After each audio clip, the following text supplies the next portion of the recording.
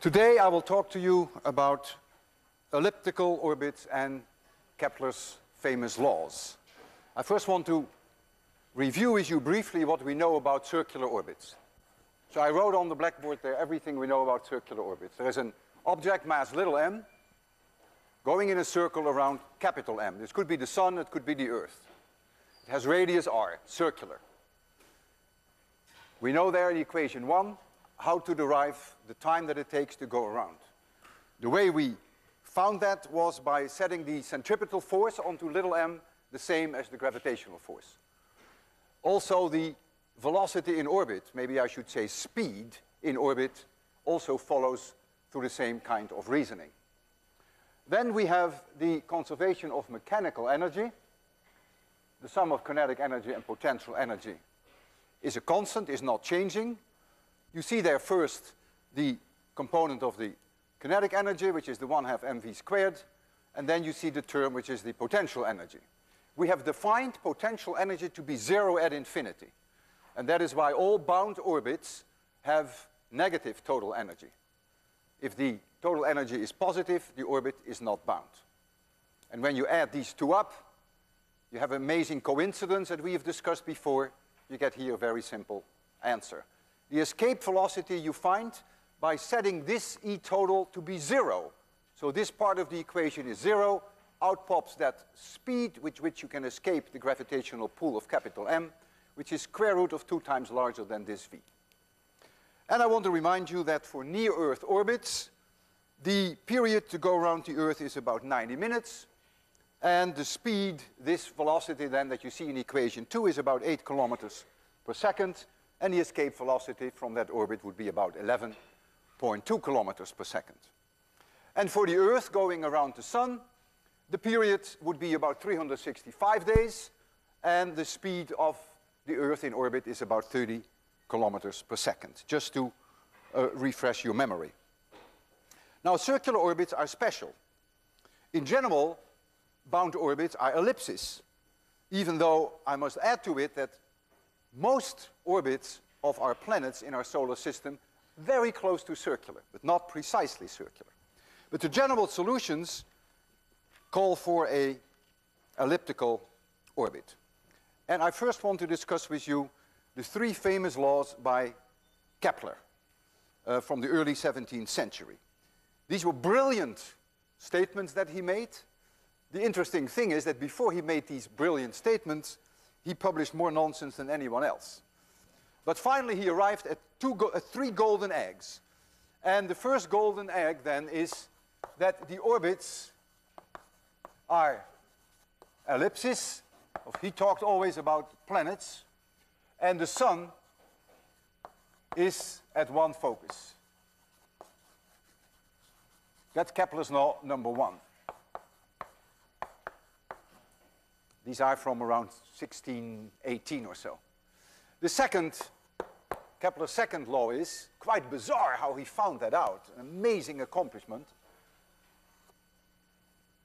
If you take an ellipse and you put the Sun here at a focus, this is highly exaggerated because I told you that most orbits look sort of circular, and the planet goes from here to here in a certain amount of time,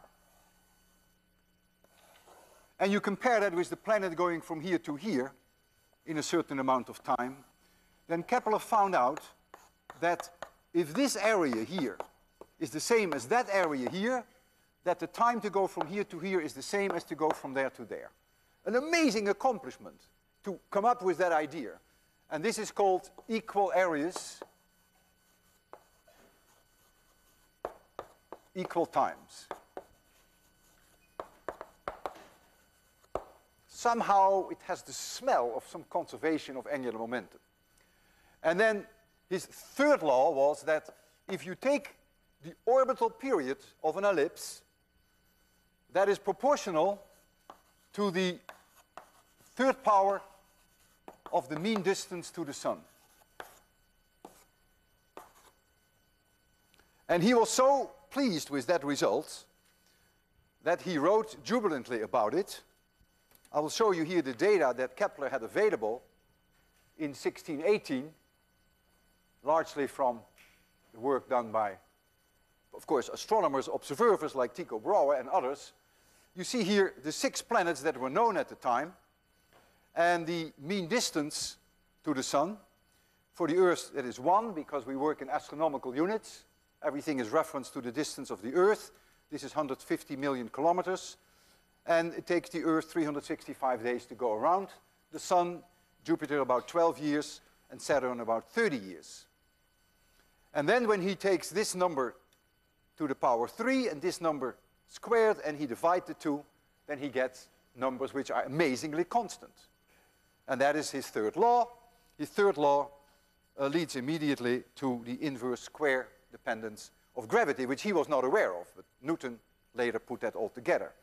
But he very jubilantly writes, I first believed I was dreaming, but it is absolutely certain and exact that the ratio which exists between the periodic times of any 2 planets is precisely the ratio of the 3/2 power of the mean distance.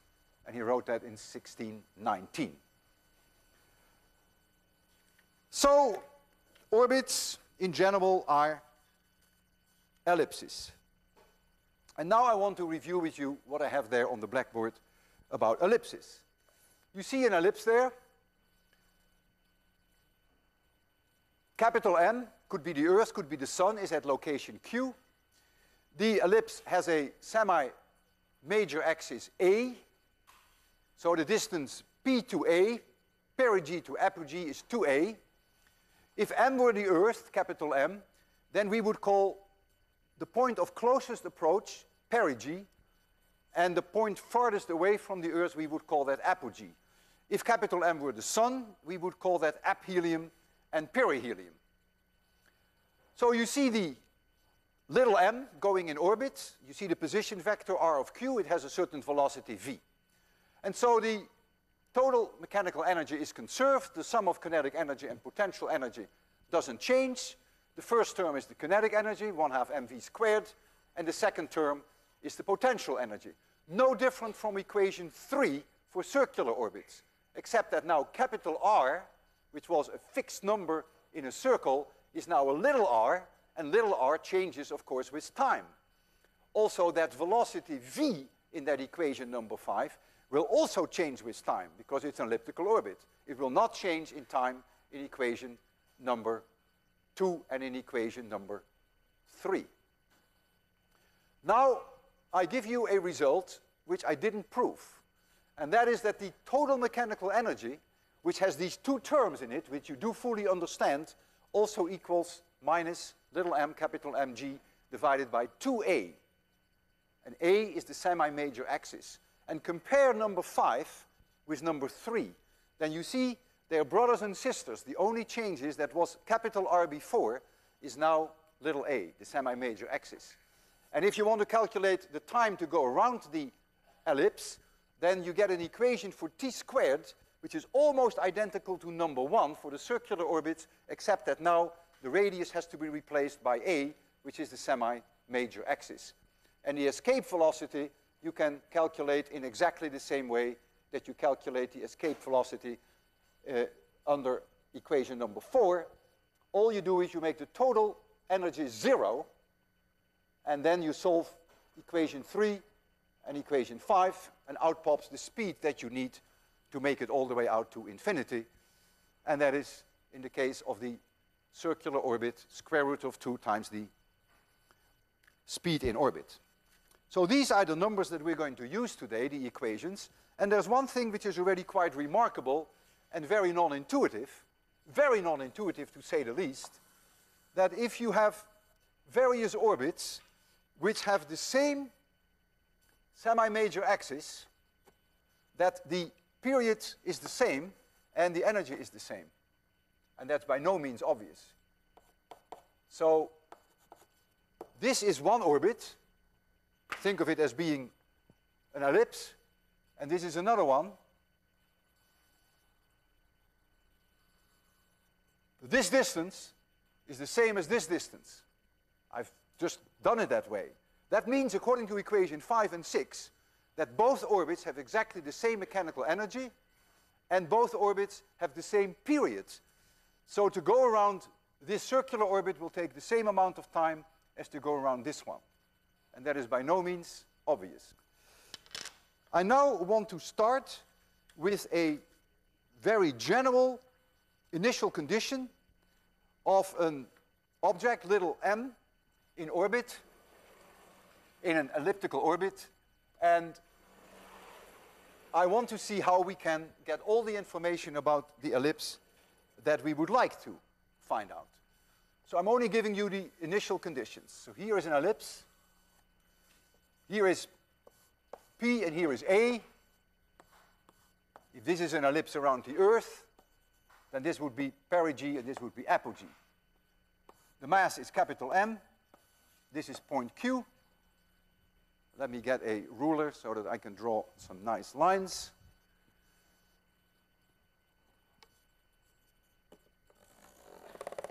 So the distance AP equals 2a, a being the semi-major axis, and our object happens to be here, mass little m, and this distance equals r0. Think of it as being time 0.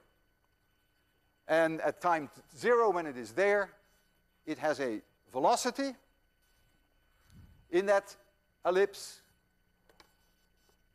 Let this be v0. And there is an angle between the position vector and v0. I call that phi 0. So I'm giving you n. I'm giving you v0. I'm giving you r0.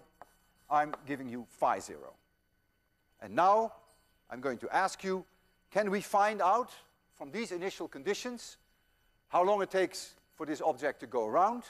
Can we find out what QP is? Can we find out what the semi-major axis is?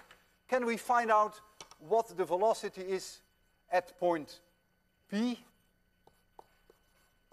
at closest approach when this angle is 90 degrees? And can we find out what the velocity is when the object, when little m is farthest away, apogee? Can we find all these things? And the answer is yes. A is the easiest to find, the semi-major axis. I turn to equation number 5, which is the conservation of mechanical energy. And the conservation of mechanical energy says that the total energy is the kinetic energy plus the potential energy equals 1/2 m v0 squared. That is when the object is here at location D, minus little m, capital M, g, divided by this r0 at location D. This can never change. This is the same throughout the whole orbit. So it must also be, according to equation 5, minus mm g divided by 2a. And so you have one equation with one unknown, which is a. Because you know all the other things, m cancels. M always cancels when you deal with gravity. So you only have a as an unknown. So that's done. If the total energy were positive, then for this to be positive, a has to be negative. That's physical nonsense, of course. So this only holds for bound orbits. So positive values for E total are not allowed. Once you have A, you use, so this is from equation number 5. If you now apply equation number 6, immediately pops out T, the orbital periods. Because the only thing you didn't know yet was A, but you know A now. So we also know how long it takes for the object to go around in orbit. And I try to be quantitative with you. Step by step, as we analyze this further, I will apply this to a specific case for someone going around the Earth. Everything I'm telling you today, including all numerical examples, are in a handout which is 6 pages thick, which I wrote specially for you. It will be on the web. We're not going to print it here. That's a waste of paper. It's $19.99, so that's what we have the web for. So you can decide on your own how much notes, how much time you want to spend on notes, or to what extent you want to concentrate and try to follow the steps. It's up to you. But everything is there. Literally everything. Every numerical example. We take for capital M, we take the Earth.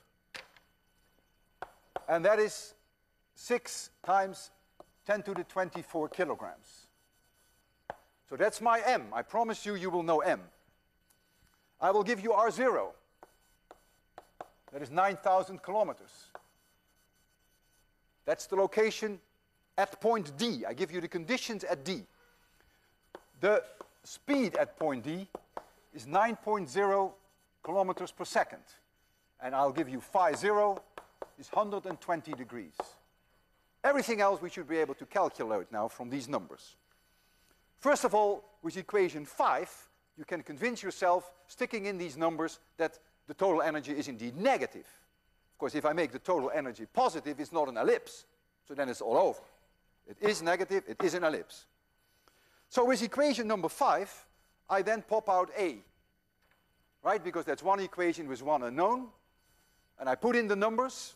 You can confirm them and check them at home. And I find that A is quite large. A is about 50,000 kilometers. That's huge. That is almost infinity, not quite. Remember, it starts off at 9,000 kilometers, but A is 50,000 kilometers. That means 2A is 100,000 kilometers. Why is that so large? Well, the answer lies in evaluating the escape velocity. The escape velocity of this little mass, when it is at position D, for which these are the input parameters, is the square root of 2mg divided by R0. And that is 9.4 kilometers per second. Well, if you need 9.4 kilometers per second to make it out to infinity, and you have 9 kilometers per second, you're pretty close already. So that's the reason why this semi-major axis is indeed such a horrendous number. It's no surprise. If now I use equation number 6, then I find the period, and I find that it takes about 31 hours for this object to go around the Earth. So far, so good. Now we want to know what the situation is with perigee and with apogee. Can we calculate the distance QP? Can we calculate the speed at location P and at location A? And now comes our superior knowledge. Now we're going to apply for the first time in systems like this the conservation of angular momentum. Angular momentum is conserved about this point Q, but only about that point Q. It is not conserved about any other point, but that's okay. All I want is that point Q. That is where capital M is located. What is the magnitude of that angular momentum? Well, let's first take point D. When the object is at D, the magnitude of the angular momentum is m times v0 times r0 times the sine of phi 0. This is the situation at D. Why do we have a sine phi 0? Because we have a cross between r and v, and with a cross product you have the sine of the angle. So that's the situation at point D. What is the situation at point P? Well, at point P, the velocity vector is perpendicular to the line QP. So the sine of that angle is 1. So now I simply get m times v of p times the distance QP. And you can do the same for point A. You can write down m times v of A times QA. I'm not doing that, and you will see shortly why I'm not doing that. Nature is very kind. Nature is going to give me that last part for free. This, by the way, is the conservation of angular momentum about that point Q where the mass is located. I have here one equation with two unknowns, v of p and qp, so I can't solve. So I need another equation. Well, of course, there is another one. We have also the conservation of mechanical energy. So now we can say that the total energy must be conserved, and the total energy is 1/2, I do it at point P, equals 1/2 m Vp squared, that is the kinetic energy, minus mmg divided by the distance qp. This is the potential energy when the distance between capital M and little m is qp. But this number we know because that is minus mg divided by 2a. That's our equation number 5. Oops, I slipped up here. You may have noticed it. I dropped a little m, which should be in here. Sorry for that. And so now we have here a big moment in our life that we have applied both laws. This is the conservation of mechanical energy. And now I have two equations with two unknowns, qp and v of p. And so I can solve for both. Notice that this second equation is a quadratic equation in v of p. So you're going to get two solutions. And the two solutions, one v of p will give you the distance qp. The other one will be va, which gives you the distance qa. How come that we get both solutions? Well, this is only a stupid equation. This equation doesn't know that I used a subscript p. I could have used a subscript a here and put in here qa. That's the term that I left out. And therefore, when I solve the equations, I get both vp and va because those are the situations that the velocity vector is perpendicular to the position vector. And if I use now our numerical results, and I solve for you that quadratic equation, two equations with two unknowns, then I find that qp, you may want to check that at home, is about 6.6 times 10 to the third 3 kilometers. It means it's only 200 kilometers above the Earth's surface.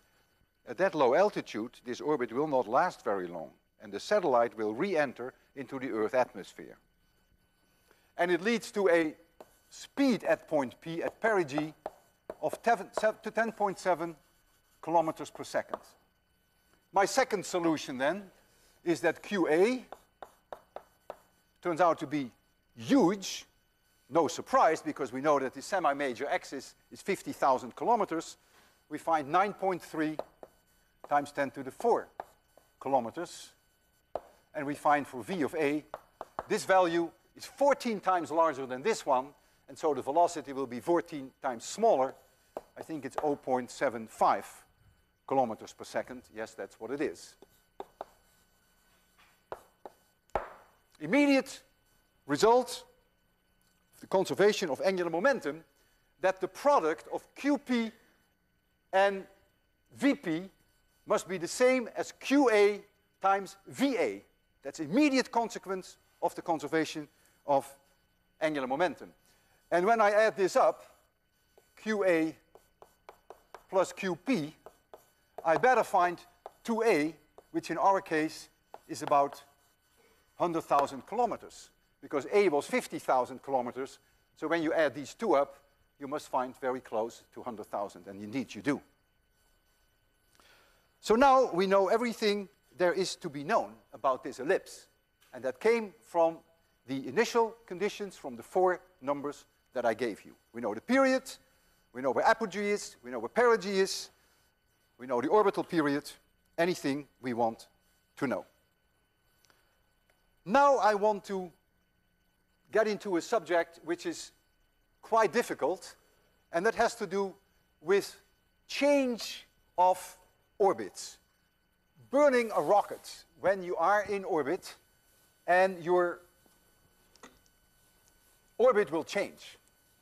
And I will do it only for some simplified situations. I start off with a circular orbit, and I will fire the rocket in such a way that I will only fire it in such a way that my velocity will either increase exactly tangentially to the orbit, so that it will increase in this direction, or that it will decrease in this direction. So if I'm going in orbit like this, I either fire my rocket like this, or I fire my rocket like this. That is difficult enough, what we do now. So this is our circular orbit, its radius r, and at location x, at 12 o'clock, that is where I fire my rocket. The first thing I do, I increase the kinetic energy. So I fire my rocket, I blast my rocket, we go in this direction, I blast my rocket in this direction, and so the speed, which was originally this in orbit, the speed will now increase. I add kinetic energy, and now I have a new speed which is higher. If my speed is higher, then my total energy has increased. I increase the kinetic energy.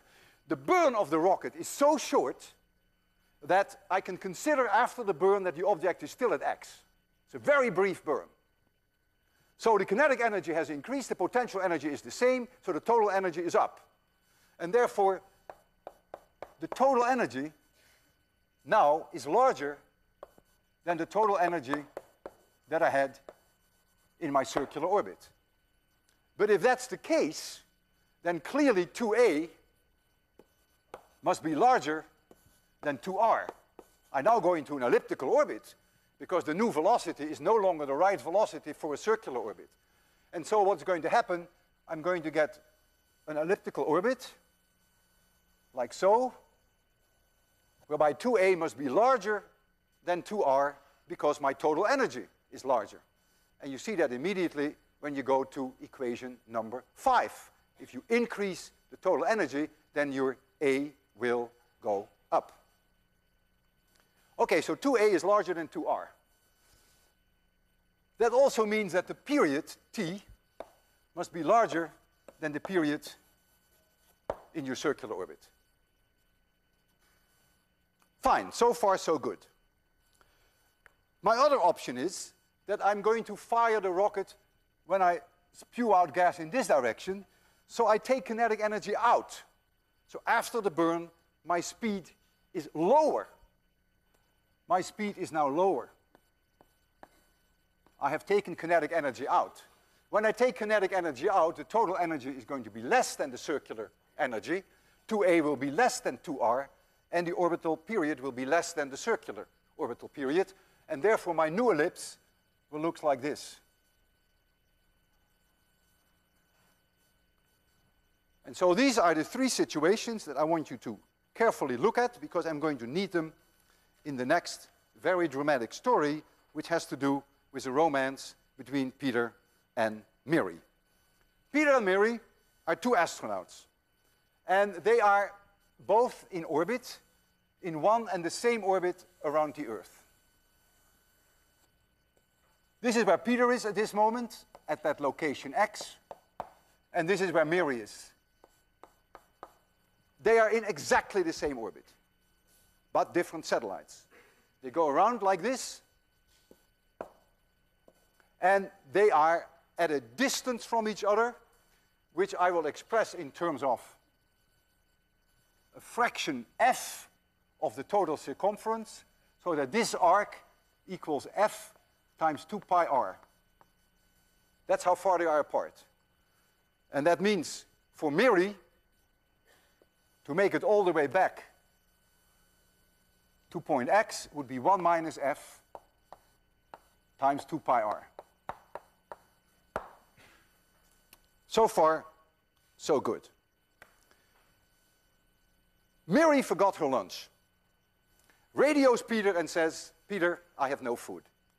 Peter feels very sorry for her, says, no sweat, I will throw you a ham sandwich. So Peter prepares a ham sandwich and wants to throw it to Mary, in such a way that Mary can make the catch. How can Peter possibly do this? Well, the best way, the most obvious way to do it is to make an orbit for the ham sandwich whose orbital period is exactly the same as this time for Mary to make it back to x. And I will be more specific by giving you some numbers, then you can digest that better. Suppose they are in an orbit with a radius of 7,000 kilometers. And suppose f equals 0.05.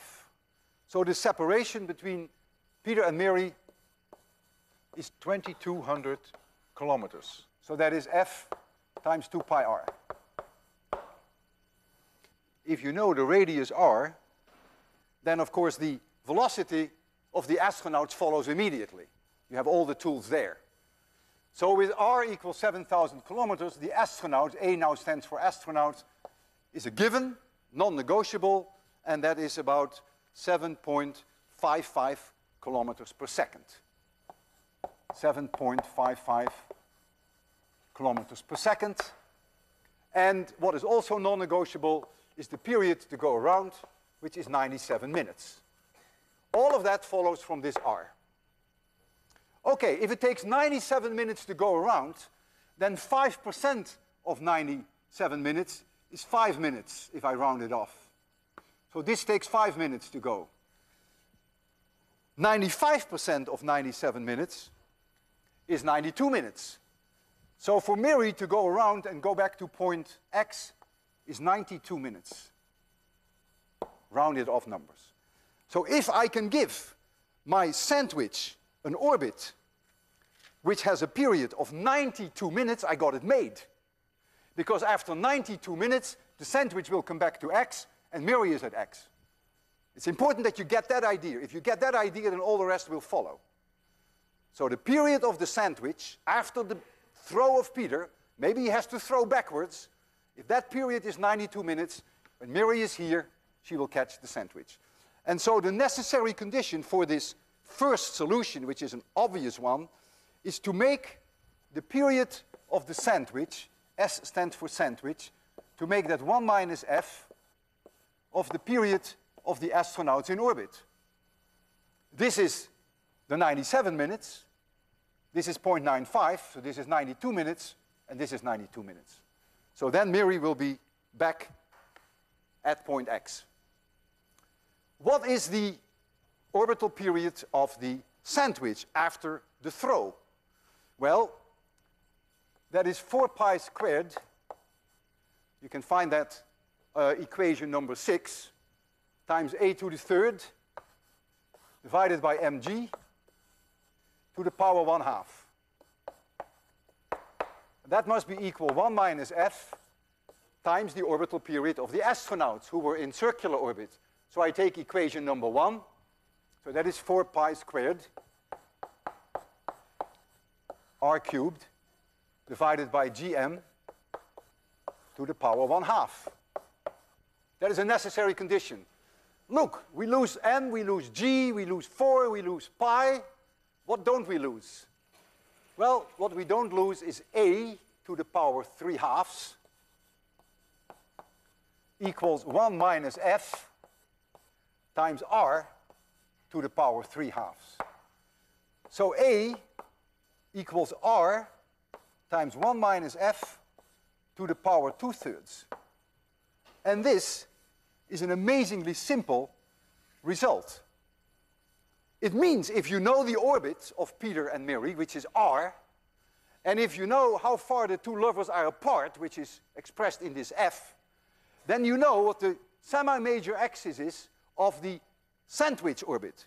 That comes immediately out of this equation. But once you know the semi-major axis, you can immediately calculate with equation 5 the speed of the sandwich. Because if equation number 5 will tell you that minus mmg divided by 2a,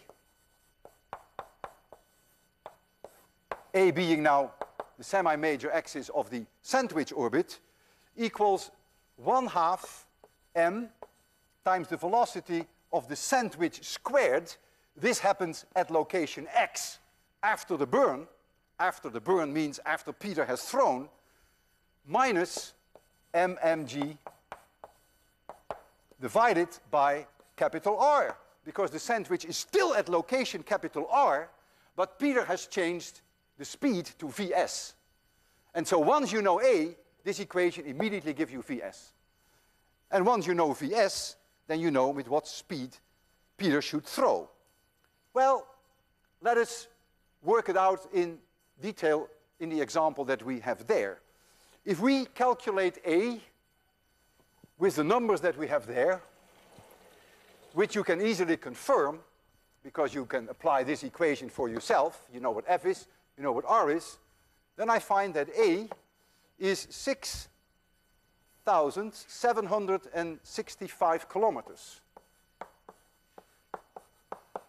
Notice that this is smaller than R. It better be, because it's clear that after the sandwich is thrown, that we get a green ellipse.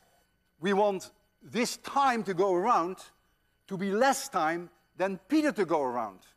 And if this time is less than the time that it takes to Peter to go around, he has to throw the sandwich backwards, and therefore you expect that the semi-major axis will be smaller than R, and it is. The speed of the sandwich, which follows then from equation number 6, which was the conservation of mechanical energy, is 7.42 kilometers per second. Now, what matters is not so much what the speed of the sandwich is, but what matters for Peter is what is the speed that he will have to give the sandwich, which is v of s minus v of a, and that you have to subtract the speed. V of s is the speed of the sandwich, v of a is the speed of the astronauts in orbit. This is minus 0.13 kilometers per second.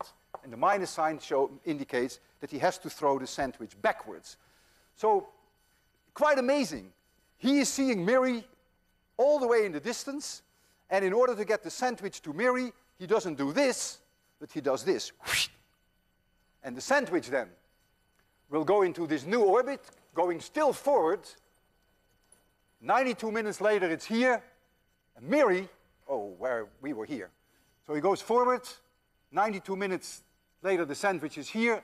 92 minutes later, Miri is right at that point and can make the catch. Now, 0.13 kilometers per second is 300 miles per hour, which is a little tough, even for Peter.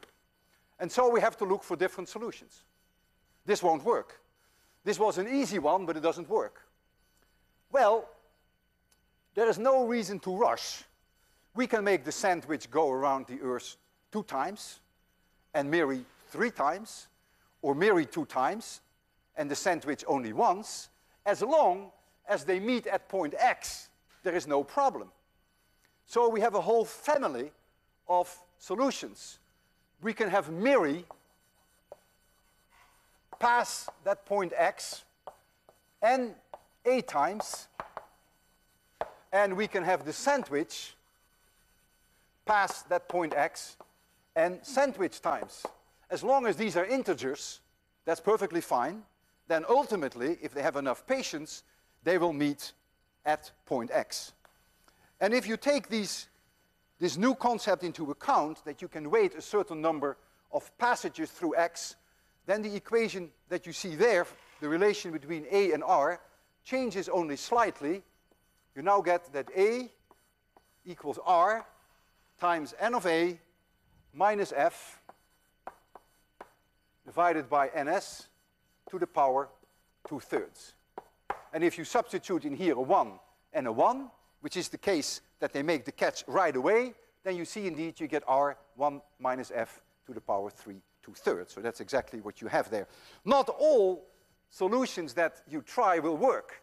One solution that won't work is NA equals 1 and NS equals 3 has no solution. And I'll leave you with the thought why that is the case. Has no solution.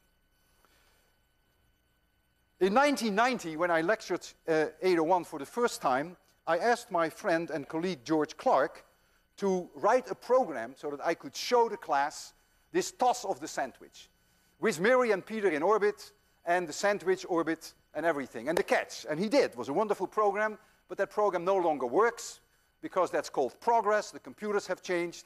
And so my right hand, Dave Pooley, offered to rewrite the program so that it works on Athena.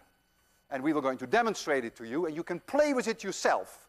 It is available on the home page, so whatever Dave is going to show you, you can do yourself. The input parameters that we need for this program are the radius r, our f, and our n of a, and our n of s. And the program will do all the rest. So you can specify how many times you want Mary to go through point x, how many times you want the sandwich to go through point x. The program will then calculate for you the speed of the sandwich. It will also give you Vs minus Va, which is really the speed with which Peter has to throw it. But very cleverly, the program works with a dimensionless parameter, which is this value. And this value, which is Vs divided by Va minus 1, is a number that is quite unique because you get solutions which turn out to be independent of capital G and independent of capital M. And I'll give you an example. Suppose you will find for this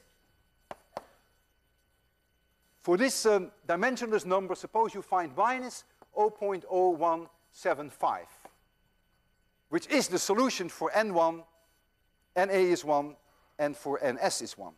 So you'll see that. The computer will generate that number for us. If now we take our orbit for 7,000 kilometers, we know what V of A is, and so we can calculate now that Vs minus Va is the Va times that number, but we know what the Va is 7.5.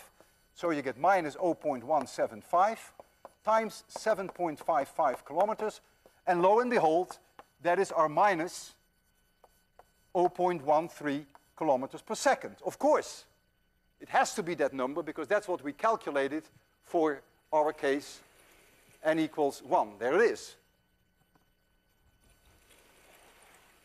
And so this dimensionless number is very transparent, and we will show you some examples. This would be the 300 miles per hour, which of course is not very doable.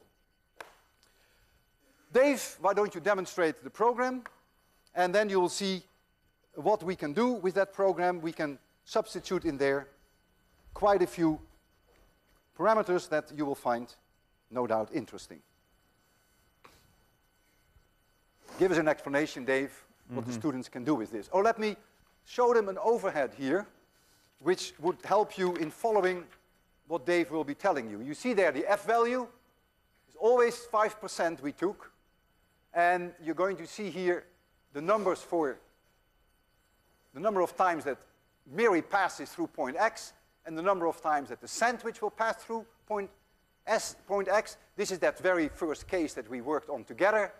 Here you see that number minus 0.017, and you see indeed that is a successful catch. So let's work at that first. David, explain how it works. Okay, well you can see in the middle of the screen is planet Earth, and these two triangles represent the astronauts. The yellow one is Mary, and the red one is Peter, and he's holding the sandwich right in the middle. They start off at a radius of 22,000 kilometers from the center of the Earth. That's the default, but you can change that if you'd like. And we set NA and NS through these pull-down menus. So we'll set them both to 1 and 1 now. And we ask the program to calculate the value for us of this dimensionless parameter, and it comes up with it. And we want to use that value. And so we have everything set. And then there's this number, right, Dave? This minus 0.0175, etc. Yeah. It's right over here. So then we ask the program to prepare the toss. We click this button down here. And when it's ready, the green play button will become active.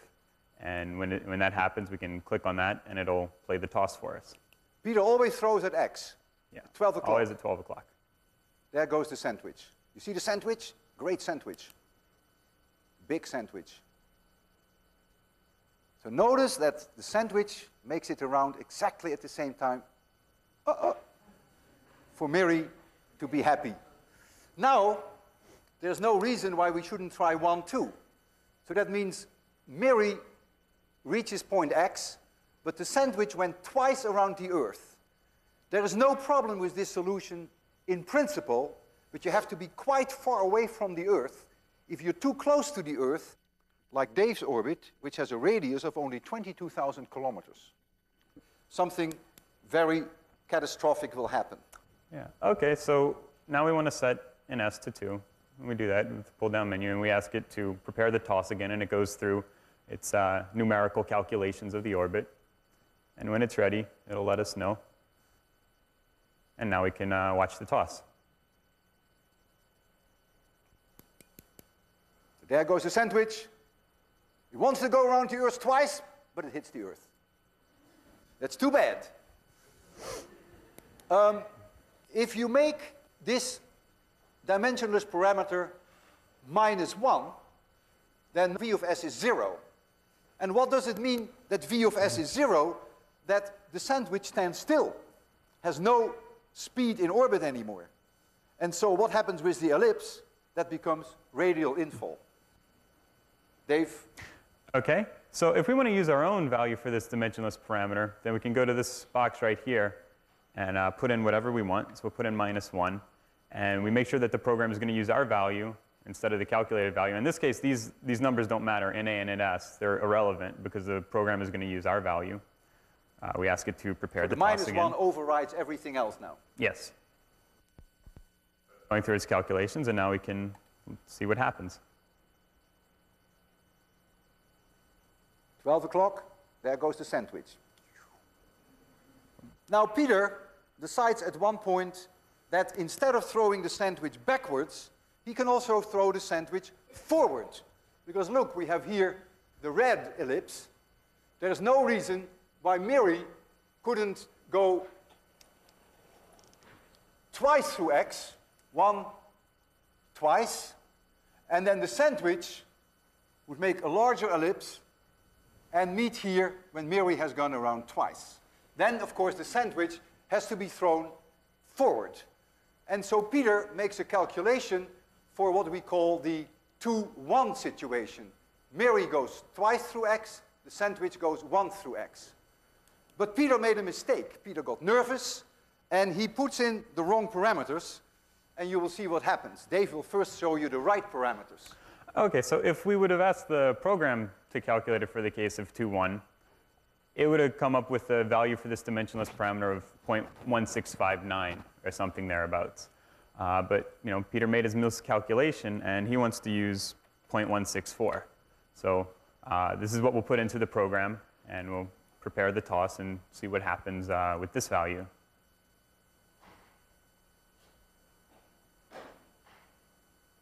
Okay, now it's ready. Poor Mary must be hungry by now. There we go. Now you go forward. You can see that. You see it goes forward. It goes a very large ellipse. And Mary will go around twice. When Mary is here, see, the sandwich is only halfway. And if Peter had only done it right, Mary's troubles would now soon be over. But Peter made this small mistake, and